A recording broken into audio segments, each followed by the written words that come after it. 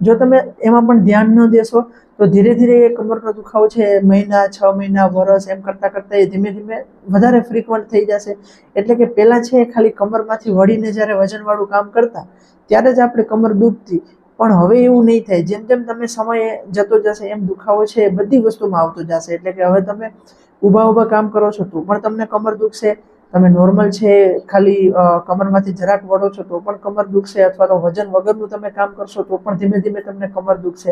એટલે કે પછી ધીરે ધીરે છે કમર રેગ્યુલર દુખવાની શરૂઆત થઈ જાય છે. અને આ જ એ સમય હોય છે કે જ્યારે જનરલી આપણે ડૉક્ટર પાસે જતા હોઈએ છીએ. એટલે આપણે ડૉક્ટર પાસે જઈએ છીએ. ઘણા લોકો છે એ એમડી ફિઝિશિયન પાસે જાય છે, ઘણા લોકો છે ઓર્થોપેડિક એટલે કે હાડકાના ડૉક્ટર પાસે જાય છે અને કમરના દુખાવાની ફરિયાદ કરે છે. ડૉક્ટર શું કરે છે કે જે કમરનો દુખાવો છે એ પ્રમાણે જેમાં સ્નાયુના જે સોજા ચડી ગયા હોય છે અને જે નસ દબાતી હોય છે એના માટે તમને દવા આપે છે કે જેનાથી તમારા દુખાવામાં ઘણી બધી રાહત થઈ જાય છે.